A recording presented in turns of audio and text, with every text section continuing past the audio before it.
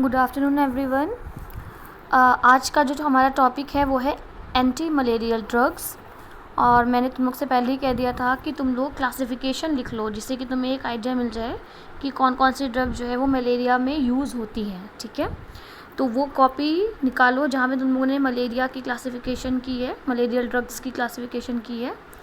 और वहाँ पर साथ ही साथ नोट्स में जो चीज़ जैसे कि तुम्हें नहीं समझ में आई है उसमें, और इसमें मैं बताऊँ या कुछ ऐसे टर्म्स जो तुम्हें पहले नहीं पता थे, वो अगर मैं इस लेक्चर में बोलूँ तो वो तुम उसे अलग से नोट करते रहना। ठीक है, तो सबसे पहले हम लोग को पता ही है एंटी मलेरियल ड्रग्स क्या होती हैं। वो ड्रग्स जो कि मलेरिया के ट्रीटमेंट के लिए यूज़ होती हैं।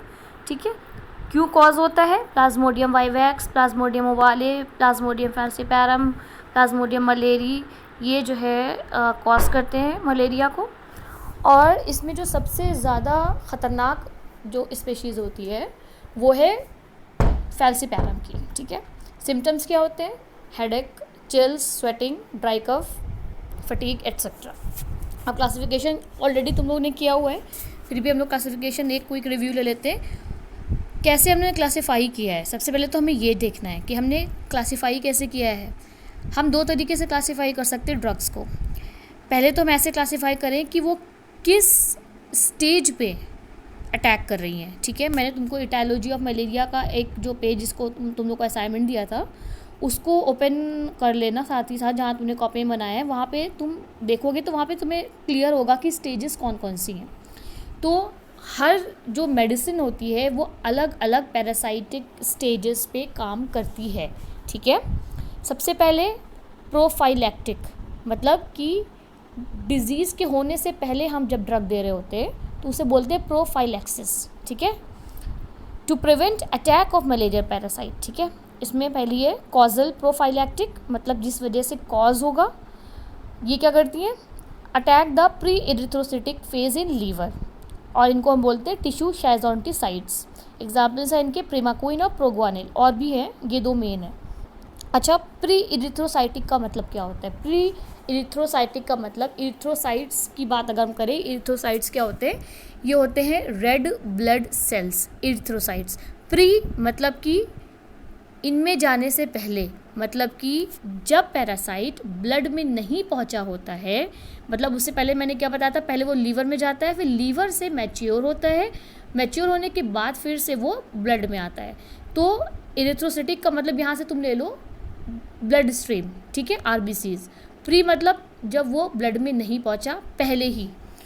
तो ये कहाँ पे अटैक करेंगे? इसका मतलब टिश्यू में, टिश्यू के जो सेल्स हैं, टिश्यू कह रही हूँ, सॉरी, लीवर का जो टिश्यू है वहाँ पर। ठीक है, लीवर का सेल होता है आपका हिपेटोसाइट, टिश्यूज़ हिपेटोसाइट्स, टिश्यूज़ बनते हैं सेल के। तो वहाँ पर शाइजॉन्स जो बनते हैं, वो जो इमेज देखो जहाँ पे मैंने मैच्योरिटी ऑफ पैरासाइट दिखाई है, शो करी है लीवर में, वहाँ पे तुम देखोगे बीच में एक स्टेज है जहाँ पे शाइजॉन्स बन रहे हैं, फिर वो रप्चर होते हैं, मैच्योर होते हैं, फिर और पैरासिटिक फॉर्म्स बनते हैं। तो जब लीवर में जब ये पैरासाइट डेवलप कर रहे होते हैं, उनका जो डेवलपमेंटल फॉर्म होता है वो कहला रहा है शाइजॉन्ट। उसको अगर कोई ड्रग मार रही है, किल कर रही है, तो वो कहलाती है टिश्यू शाइजोंटिसाइट। एंड क्या बोलते हैं, किस स्टेज पे अटैक कर रही है? Pre erythrocytic. प्री इरिथ्रोसाइटिक का मतलब होता है ब्लड में पहुंचने से पहले, होस्ट के ब्लड में पहुंचने से पहले। ठीक है, दूसरी है आपकी सप्रेसिव प्रोफाइलैक्टिक, मतलब कि अब ये क्या करेगा, अब ब्लड में अगर पहुंच गया आपका पैरासाइट, वहाँ पे मैच्योर होने लगा, तो वहाँ पर जाके एक्ट करे, सप्रेस करे इरिथ्रोसाइटिक फेज को। इरिथ्रोसाइटिक फेज का मतलब जब ब्लड में आ गया। एरिथ्रोसाइट को याद रखो आरबीसी से, आरबीसीज कहाँ होते हैं? ब्लड में होते हैं। ठीक है, ब्लड स्ट्रीम में अगर कोई दवा एक्ट कर रही है तो हम बोलेंगे एरिथ्रोसाइटिक फेज में अटैक कर रही है। अगर वो ब्लड स्ट्रीम में नहीं कर रही है, उससे पहले कर रही है, तो हम बोलेंगे प्री इरिथ्रोसाइटिक फेज। उसके एग्जाम्पल्स दिए हुए हैं। ठीक है, अब दूसरा है इरिथ्रोसाइटिक शाइजोंटिसाइट, मतलब कि ऐसी ड्रग जो कि इरिथ्रोसाइट में जो शाइजॉन्स है, इरिथ्रोसाइट में शाइजॉन्स कौन से हैं? मतलब आरबीसी में। एक इमेज में देखो मैंने बनाया है तुमको कि वो पहले लीवर से कैसे ब्लड स्ट्रीम में आ रही है। वहाँ पे देखो आरबीसी पहले मैंने बनाए हैं, ब्लैक कलर की डिस्क लाइक स्ट्रक्चर, और उसके बाद मैंने रेड कलर के वो बनाए हुए हैं पैरासाइट्स, ठीक है। फिर देखो पैरासाइट आरबीसी के अंदर आ जा रहा है ना।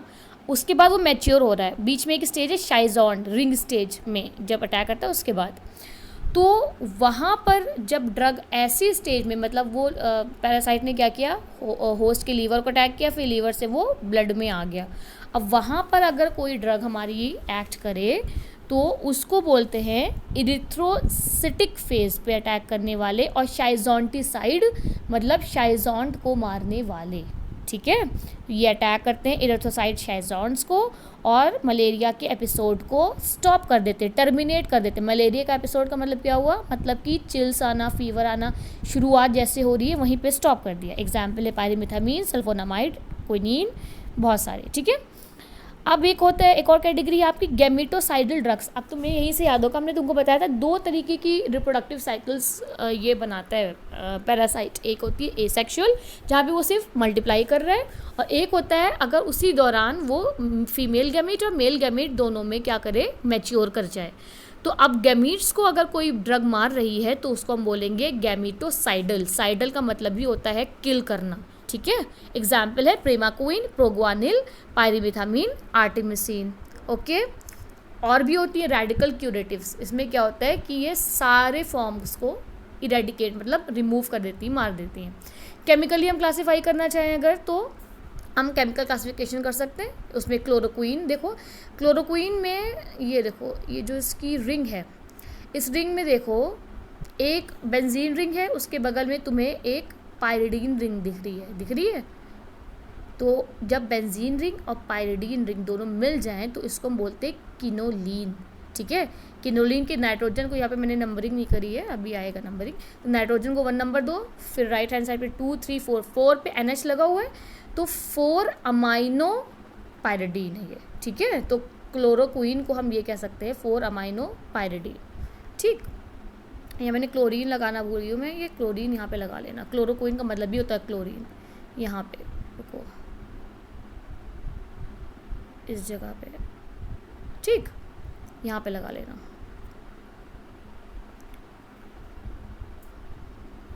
ओके। अब ये जो क्लोरीन ग्रुप है, इसकी वजह से ही मैक्सिमम एंटी मलेरियल इफेक्ट आता है। क्लोरोक्वीन जो है उसका जो मैकेनिज्म ऑफ एक्शन होता है वो ये होता है कि देखो, जैसे ही पैरासाइट तुम्हारा पहुंचता है ब्लड में, वो क्या करता है कि अपनी ग्रोथ के लिए उसे चाहिए प्रोटीन वगैरह, ठीक है। तो वो ब्लड में जो हीमोग्लोबिन है उसको क्या करता है, तोड़ देता है। हीम में तोड़ता है और ग्लोबिन में तोड़ता है। हीम जो है वो उसके लिए टॉक्सिक है पैरासाइट के लिए, लेकिन जो ग्लोबिन है वो मलेरिया पैरासाइट क्या करता है, अपनी ग्रोथ के लिए, मतलब उसका वो खाना होता है। अब हीम क्योंकि टॉक्सिक है तो वो क्या करेगा कि हीम को नॉन टॉक्सिक बनाने की कोशिश करता है। वो हीम को नॉन टॉक्सिक कैसे बना सकता है, वो क्या करता है, हीम को कन्वर्ट कर देता है हीमोजोइन में, ठीक है। जैसे ही वो हीम को हीमोजोइन में कन्वर्ट करता है, हीमोजोइन क्या होता है, क्रिस्टल लाइक स्ट्रक्चर बन जाता है, और हीमोजोइन जो है वो पैरासाइट के लिए टॉक्सिक नहीं है, ठीक है। लेकिन अगर हमारा जो ब्लड है वो पैरासाइट हमारे ब्लड को तोड़ दे, मतलब ये हीमोग्लोबिन उसको कहाँ से मिल रहा है, हमारी तो ब्लड है वो, तो अगर हमारे ब्लड में हीमोग्लोबिन को तोड़ देगा वो, मतलब हीमोग्लोबिन वो अपने लिए यूज़ करने लगा, तो जाहिर सी बात है हमारे ब्लड में हीमोग्लोबिन की कमी हो जाएगी। हीम क्या है, हीम आयरन कंटेनिंग कंपाउंड है। अब वो क्या करता है, ऑक्सीजन को कैरी करता है पूरे ब्लड में, तो अगर हीम की कमी हो जाएगी तो क्या होगा, हमारे सेल में ऑक्सीजन नहीं पहुंच पाएगी और इंसान मर जाएगा, ठीक है। ये जो हीमोजोइन है वो इसके लिए टॉक्सिक नहीं है, तो ये आराम से अपना उसमें काम चला रहा होता है, ठीक है। लेकिन हमें क्या करना है, हमें इसको स्टॉप करना है। तो क्या होता है कि क्लोरोक्वीन और से क्विनीन और मेफ्लोक्विन, ये तीनों ड्रग्स भी मैकेनिज्म ऑफ एक्शन का सेम है, इसलिए यहाँ पे मैंने मेंशन किया है। ये क्या करते हैं, ये स्टॉप करते हैं conversion of haem into haemozoin. अच्छा, हीम और हीमोजोइन, हीम हीमोजोइन में कैसे कन्वर्ट हो सकता है, एक एंजाइम है हीम पॉलीमरेज, इसकी प्रेजेंस में। तो ये जो ड्रग्स हैं क्लोरोक्वीन हमारी स्पेशली, वो क्या करती है, हीम पॉलीमरेज एंजाइम को इनहिबिट कर देती है। अब जैसे ही इनहिबिट करेगा, हीम हीमोजोइन में कन्वर्ट नहीं हो पाएगा। मैंने पहले बताया है हीम टॉक्सिक है पैरासाइट के लिए, तो अब क्या होगा, पैरासाइट मर जाएगा जैसे हीम के प्रेजेंस में। समझ में आ रहा है, ओके। हीमोग्लोबिन का जो ग्लोबिन है वो इसके लिए अच्छा है, पैरासाइट के लिए, लेकिन हीम अच्छा नहीं है, वो अच्छा नहीं है, इसलिए वो उसको कन्वर्ट कर देता है अपने हिसाब से बनाने के लिए कि अच्छा हो जाए, हीमोजोइन। अब हमारी में कमी पड़ने लगेगी हीम की, तो हम क्या करेंगे, मतलब ड्रग क्या करेगी, हीम को हीमोजोइन में कन्वर्ट नहीं होने देगी। इससे क्या होगा पैरासाइट के लिए, क्योंकि हीम टॉक्सिक है, पैरासाइट उसके प्रेजेंस में मर जाएगा। अब क्लोरोक्विन के कुछ साइड इफ़ेक्ट्स भी होते हैं, उनमें से एक है ब्लरिंग ऑफ विजन, ठीक है, धुंधला दिखना। डिप्लोबिया का मतलब होता है एक उससे जो दिख रहा है वो डबल डबल दिखता है, ठीक है, सामने कोई ऑब्जेक्ट रखा हो उसे डबल डबल दिखेगा। मेंटल कन्फ्यूजन हो रही है, बाल ब्लीच हो जा रहे हैं। टी वेव एबनॉर्मेलिटी में होता है आपका अरिदमिया के केसेस में होता है, ठीक है। कॉन्ट्राइंडिकेशन सोरियासिस में नहीं दीजिए। सोरियासिस आपको पता है स्किन की कंडीशन होती है। पॉरफायरिया फीवर होता है बहुत बुरा। इसमें क्या होता है कि पॉरफायरिन आपका एक प्रोटीन ही होता है जो कि हीमोग्लोबिन बनाता है, लेकिन अगर ये ज़्यादा हो जाए, क्योंकि मान लो क्लोरोक्विन बहुत ज़्यादा दे दिया, अब क्लोरोक्विन ने क्या किया, अच्छा ये हीमोग्लोबिन क्योंकि नॉर्मली क्या होता है ये डाइजेस्ट भी होता रहता है और नए आरबीसीज बनते रहते हैं, ठीक है। तो अब जब हमने दवा ले ली तो क्या होगा, ये मतलब पैरासाइट को तो किल कर दिया, लेकिन खुद में क्या हुआ, क्योंकि 120 दिन तक ही रहता है आरबीसी, फिर नया बनता है, डेड होता है, फिर नया बनता है। तो क्या होता है साइड इफेक्ट क्यों होता है पॉरफायरिया, कि हीमोग्लोबिन को ये ना मतलब डिस्ट्रॉय नहीं होने देता है, और हीमोग्लोबिन का अमाउंट बढ़ जाता है ब्लड में नॉर्मल एक हेल्दी के इंडिविजुअल के कंपैरिजन में। जब आप क्लोरोक्विन ले रहे होते हैं तो ये क्या करता है कि इसकी कंसंट्रेशन बढ़ जा रही है। अब कंसंट्रेशन बढ़ गई, पॉरफायरिन की कंसंट्रेशन अगर बढ़ गई तो एक्यूमुलेट होने लगता है ये ब्लड में, और यही फिर कॉज करता है फीवर वगैरह, ये भी एक तरह का साइड इफ़ेक्ट है। रेटिनल मायोपैथी, रेटिना की जो मसल्स हैं उनमें दर्द होना शुरू हो जाता है, बहुत ज़्यादा आंखें दुखती हैं, ठीक है। तो ये है आपका कॉन्ट्राइंडिकेशन। अब कैसे ये काम करता है, क्लोरोक्विन पैरासाइट के सेल में सिंपल डिफ्यूजन से जाता है। सिंपल डिफ्यूजन का मतलब क्या होता है कि जो मेम्ब्रेन है, मेम्ब्रेन इसकी पैरासाइट की, उसमें पोर्स होते हैं। पोर्स समझ लो जैसे कि डिफ्यूजन का प्रोसेस क्या होता है, हायर कंसंट्रेशन से लोअर कंसंट्रेशन में सॉल्यूट जा रहा होता है, सॉल्वेंट जा रहा होता है, उसी तरीके से ये जो क्लोरोक्विन है ये इस पैरासाइट के अंदर ट्रांसफ़र होती है। पैरासाइट में क्या होता है, पैरासाइट के जो वैक्यूल्स होते हैं ना वो एसिडिक है। एसिडिक का मतलब क्या है, प्रोटॉन की कंसंट्रेशन ज़्यादा है, तो जैसे क्लोरोक्विन अंदर जाता है ये प्रोटोनेटेड हो जाता है। प्रोटोनेटेड होने का मतलब कि H+ को एक्सेप्ट कर लेता है। अब यही जो H+ प्रोटोनेटेड फॉर्म है क्लोरोक्विन का, यही जो है हीम को कन्वर्ट होने से रोकता है हीमोजोइन में, ठीक है। क्लोरोक्विन क्या करता है, वो खुद हीम से बाइंड कर जाता है, एक कॉम्प्लेक्स बना लेता है जो कि पैरासाइट के लिए क्या है, टॉक्सिक है, और ये क्या करता है पैरासाइट की जो मेम्ब्रेन है उसको क्या करता है, लाइसिस उसकी करवा देता है, तोड़ देता है उसको, और पैरासाइट मर जाता है, ठीक है। अगर आप क्लोरोक्विन बहुत ज़्यादा दिन तक ले लेंगे तो क्लोरोक्विन के लिए रेजिस्टेंस डेवलप हो जाएगा। किसमें, पैरासाइट में। जहाँ भी हम रेजिस्टेंस की बात कर रहे हैं, ह्यूमन की बात नहीं होती, बहुत सारे बच्चे कंफ्यूज होते हैं। रेजिस्टेंस डेवलप होता है माइक्रो ऑर्गेनिज्म में, ठीक है, हमारे में भी होता है, लेकिन अभी हम अपने बॉडी के बारे में नहीं पढ़ रहे हैं। हम ये जो दवाएं पढ़ रहे हैं ये सारी एक्ट कर रही हैं पैरासाइट में। अगर हम एंटीबैक्टीरियल पढ़ रहे हैं तो हम अगर वहाँ पे रेजिस्टेंस की बात करें तो वहाँ पे बैक्टीरिया में रेजिस्टेंस डेवलप हो रहा है, ऐसे यहाँ पे पैरासाइट में रेजिस्टेंस डेवलप हो जाता है। अब अभी ऊपर लाइन पढ़ो, क्लोरोक्विन इंटर करती है पैरासाइट के सेल सिंपल डिफ्यूजन से, ठीक है। तो अब अगर पैरासाइट अपनी सेल मेम्ब्रेन में कोई म्यूटेशन कर ले और चेंजेस कर ले अपने मेम्ब्रेन में, तो क्या होगा, क्लोरोक्विन अंदर नहीं जा पाएगा। तो इसका मतलब ये हुआ कि इस पैरासाइट ने क्लोरोक्विन के लिए अपने अंदर रेजिस्टेंस डेवलप कर ली है, ठीक है, क्लियर। यूज़ क्या है, अमीबियोसिस में भी यूज़ होता है, अमीबा से जो इन्फेक्शन होता है। गियार्डियासिस भी एक तरीके का माइक्रो ऑर्गेनिज्म ही है, ठीक है, उसमें भी फीवर वगैरह होता है, और गंदे पानी कंटामिनेटेड वाटर एंड फूड से ये होता है, उसमें भी लूज मोशन और फीवर और चिल्स होते हैं, ये इन सब में यूज़ होता है, ओके। अमोडायाकोइन क्लोरोक्विन का ही भाई है, वो भी क्लोरोक्विन के तरह ही इफेक्टिव है। अब हम इनका SAR पढ़ते हैं, ठीक है। SAR में देखो, मैंने जैसे भी तुमको बताया था, मैं यहाँ पे ना मैं क्लोरोक्विन में ना क्लोरीन लगाना भूल गई थी, I am so sorry for that, वो तुम लोग मेंट कर लेना। अब यहाँ पे देखो 1 2 3 4 पोजीशन पे NHR लगा है। NHR मतलब अमाइनो ग्रुप, और अब यहाँ पे R लगा दिया है, तो R क्या है, एल्काइल, और NH क्या है, अमाइनो, तो 4 पोजीशन पे हम क्या कहेंगे, अल्काइल अमाइनो, ठीक है। R की जगह पे अगर H है तो NH2 सिंपल अमीन लग जाएगा, 4 अमाइनो बोल देंगे। R की जगह पे अगर अल्कील ग्रुप है तो हम उसके हिसाब से अल्काइल ग्रुप के बारे में लिखेंगे। अब यहाँ पे नंबरिंग देख लो, 1 2 3 4 5 6 7 8 अमाइनो, 4 अमाइनो किनोलिन रिंग है। ये सिर्फ ये जो बेंजीन रिंग के बगल में जो पेरिडीन है ये रिंग कहलाती है किनोलिन रिंग। अब यहाँ पे इन्होंने लिखा हुआ है introduction of methyl group at this position reduces activity. किस पोजीशन पे, R3, ये थर्ड पोजीशन पे। कार्बन नंबर C3 है, ये C2 है क्योंकि यहाँ पे N कॉमन दिया हुआ है, तो इस पे ध्यान मत दो, पोजीशंस पे ध्यान दो, ठीक है। थर्ड पोजीशन पे R1 अगर है और यहाँ पे आप मिथाइल ग्रुप लगा देंगे तो एक्टिविटी रिड्यूस हो जाएगी। क्लोरीन ग्रुप अभी मैंने तुमको बताया था ऑप्टिमल है एक्टिविटी के लिए, मतलब ज़रूरी है। अब NHR की बात करें तो die alkyl amino alkyl side chain, die alkyl amino alkyl side chain मतलब कि 2 से 5 कार्बन एटम अगर नाइट्रोजन एटम के साथ जुड़े हैं, जैसे कि 4 diethyl amino 1 methyl amino side chain, ये अगर लगा हुआ है तो एक्टिविटी अच्छी होगी, ठीक है। टर्शरी अमीन है तो बहुत ही अच्छी एक्टिविटी होगी, ठीक है। क्यों एक्टिविटी अच्छी होती है, क्योंकि हमने तुमको पहले ही बताया है रिसेप्टर पे बाइंडिंग के लिए, ओके। अब अगर आप इंट्रोड्यूस कर दे डबल बॉन्ड साइड चेन में तो लिखा हुआ है कि इज़ नॉट डेट्रीमेंटल, डेट्रीमेंटल का मतलब होता है ख़त्म कर देना, तो ऐसा नहीं कि अगर इन डबल बॉन्ड ले आएंगे साइड चेन में तो एक्टिविटी ख़त्म हो जाएगी, आप ला सकते हैं, alright. Substitution of hydroxy group on one of the ethyl group in tertiary amine, ये यहाँ पे NHR की बात हो रही है। देखो इन्होंने इसका एग्जाम्पल लिया है, जैसे यहाँ पे बीच में ये चीज़ देखो, ये जो चीज़ है ना इसकी बात हो रही है, तो यहाँ पर अगर आप डबल बॉन्ड बीच में कहीं ले आएंगे तो ऐसा बिल्कुल भी नहीं है कि एक्टिविटी एकदम ज़ीरो हो जाएगी, ठीक है। एक्टिविटी तब भी मेंटेन रहेगी।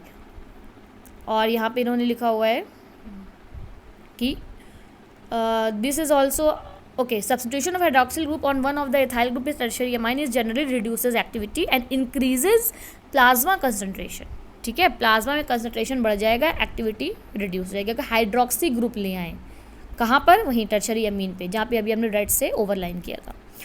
आप अगर इनकॉर्पोरेट कर दे एरोमेटिक रिंग को साइड चेन में, aromatic ring in side chain, अच्छा यहाँ पे ओके, यहाँ पे आप एरोमेटिक रिंग ले आए अगर, तो क्या होगा कि रिड्यूस टॉक्सिसिटी हो जाएगी, ओके, ठीक है। फॉर एग्जांपल अमोडायाकोइन, ये तो बात होगी हमारे 4 अमाइनो किनोलिन की।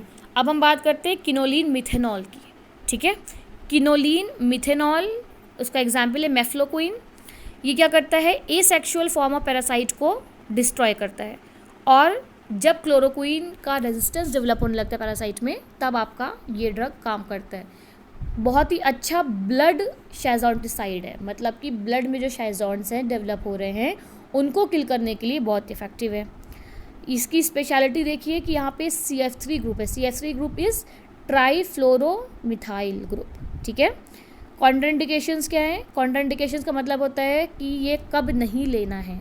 हाइपर सेंसिटिविटी अगर है मत लीजिए, एपिलेप्टिक पेशेंट्स में मत लीजिए, साइकेट्रिक डिसऑर्डर है अगर तो मत लीजिए, ठीक है। और साथ ही साथ क्विनीन और क्विनिडीन के साथ नहीं लेना है मेफ्लोक्विन को, क्योंकि ये कार्डियक अरेस्ट करवा देगा, ठीक है। क्विनीन और क्विनिडीन, पहली बात क्विनिडीन के बारे में मैं ये बता दूं कि क्विनिडीन और क्विनीन एक दूसरे के आइसोमर्स हैं, और दूसरी बात ये कि क्विनीन बहुत ही अच्छा एंटी मलेरियल है, लेकिन क्विनिडीन जो है वो बहुत ही अच्छी एंटी एरिथमिक ड्रग है। रिकॉल करो तो तुम्हें याद आ जाएगा। अब बात करते हैं एक और category of drug, that is 8 amino quinoline, ठीक है। 8 अमाइनो किनोलिन एग्जाम्पल है प्रीमाक्विन, पामाक्विन। 8 अमाइनो किनोलिन क्यों बोला गया है, नंबरिंग करके देख लो। 8 पोजीशन पे NH के साथ नीचे ये साइड चेन आ रही है, ये देखो यहाँ पे मैंने नंबरिंग की है, ये नंबरिंग करी है, ये देखो 1 2 3 4 5 6 7 8, 8 नीचे आ रहा है 1 और उसके बगल में। इसी तरीके से यहाँ पे ये देखो, ये 1 2 3 4 5 6 7 8, ठीक। 8 पोजीशन पे ये आपका अमाइनो ग्रुप है, और अमाइनो ग्रुप के साथ आपकी एक चेन लगी हुई है, ठीक है। अब यहाँ पे भी ये देख लो कि प्रेमाक्विन जो है, प्रेमाक्विन और पामाक्विन में क्या डिफरेंस है, साफ डिफरेंस लग रहा है। पामाक्विन में एन के साथ इथाइल ग्रुप लगे हुए हैं, यहाँ पे सिंपल अमीन है। तो यही है जो अभी तक क्लिनिकली यूज़ की जाती है, ठीक है। और ये यूज़ की जाती है रिलैप्स को प्रिवेंट करने में। रिलैप्स क्या होता है? रिलैप्स का मतलब है कि ट्रीटमेंट के बाद फिर से बीमारी ना वापस आ जाए। और इसीलिए अगर तुम्हें याद हो, इटालॉजी ऑफ मलेरिया जब हम पढ़ा रहे थे तो हमने उनको बताया था कि प्लाज्मोडियम ओवाले और प्लाज्मोडियम वाइवैक्स ये ऐसी स्पीशीज़ होते हैं जो अपने पैरासिटिक फॉर्म को ब्लड में छोड़ देते हैं और साल 2 साल बाद अपना इफेक्ट दिखाते हैं। इसीलिए उनको बोलते हैं हिप्नोजॉइड्स। हिप्नो मतलब नींद, नींद में वो अभी, ठीक है। तो ये क्या हो सकता है कि अभी लग रहा है कि हाँ सही हो गया है, अभी कोई सिम्टम्स आने बंद हो गए तो लगेगा ठीक है मलेरिया ठीक हो गया है, लेकिन 1 साल बाद 2 साल बाद ये क्या करेगा, फिर से शो करेगा। तो इसीलिए ज़रूरी है कि इनके पैरासिटिक फॉर्म्स को, ओवाले और वाइवैक्स के पैरासिटिक फॉर्म को डिस्ट्रॉय करना। तो ये जो प्रेमाक्विन है ये इनके फॉर्म को डिस्ट्रॉय करती है, साथ ही साथ ये प्री इरिथ्रोसाइटिक स्टेज में और गैमेटोसाइट को भी किल करती है, ठीक है। मैकेनिज्म ऑफ एक्शन बहुत ज़्यादा क्लियर नहीं है, मैंने बहुत सी बुक में भी देखा, बस इन्होंने ये बताया कि ये फ्री रेडिकल बनाते हैं और ऑक्सीजन के साथ मिलकर के सुपर रेडिकल बनाते हैं। और प्लाज्मोडियम पैरासाइट का जो माइटोकॉन्ड्रिया है उसको किसी तरीके से डैमेज कर देते हैं, जिससे कि उनका जब माइटोकॉन्ड्रिया काम करना बंद कर देगा तो जाहिर सी बात है उनके अंदर का जो पूरा प्रोसेस चल रहा है वो डिस्ट्रॉय हो जाएगा, ठीक है। नेक्स्ट लेक्चर में हम लोग पढ़ेंगे बिगुआनाइड्स और आर्टेमिसिन के डेरिवेटिव्स और सिंकोना वगैरह। ये अच्छे से इसको रिकॉल कर लो। अभी थोड़ी देर में मैं दूसरा लेक्चर भी डालूँगी और उस लेक्चर में मैं ये बताऊँगी कि तुम लोग को असाइनमेंट क्या करना है।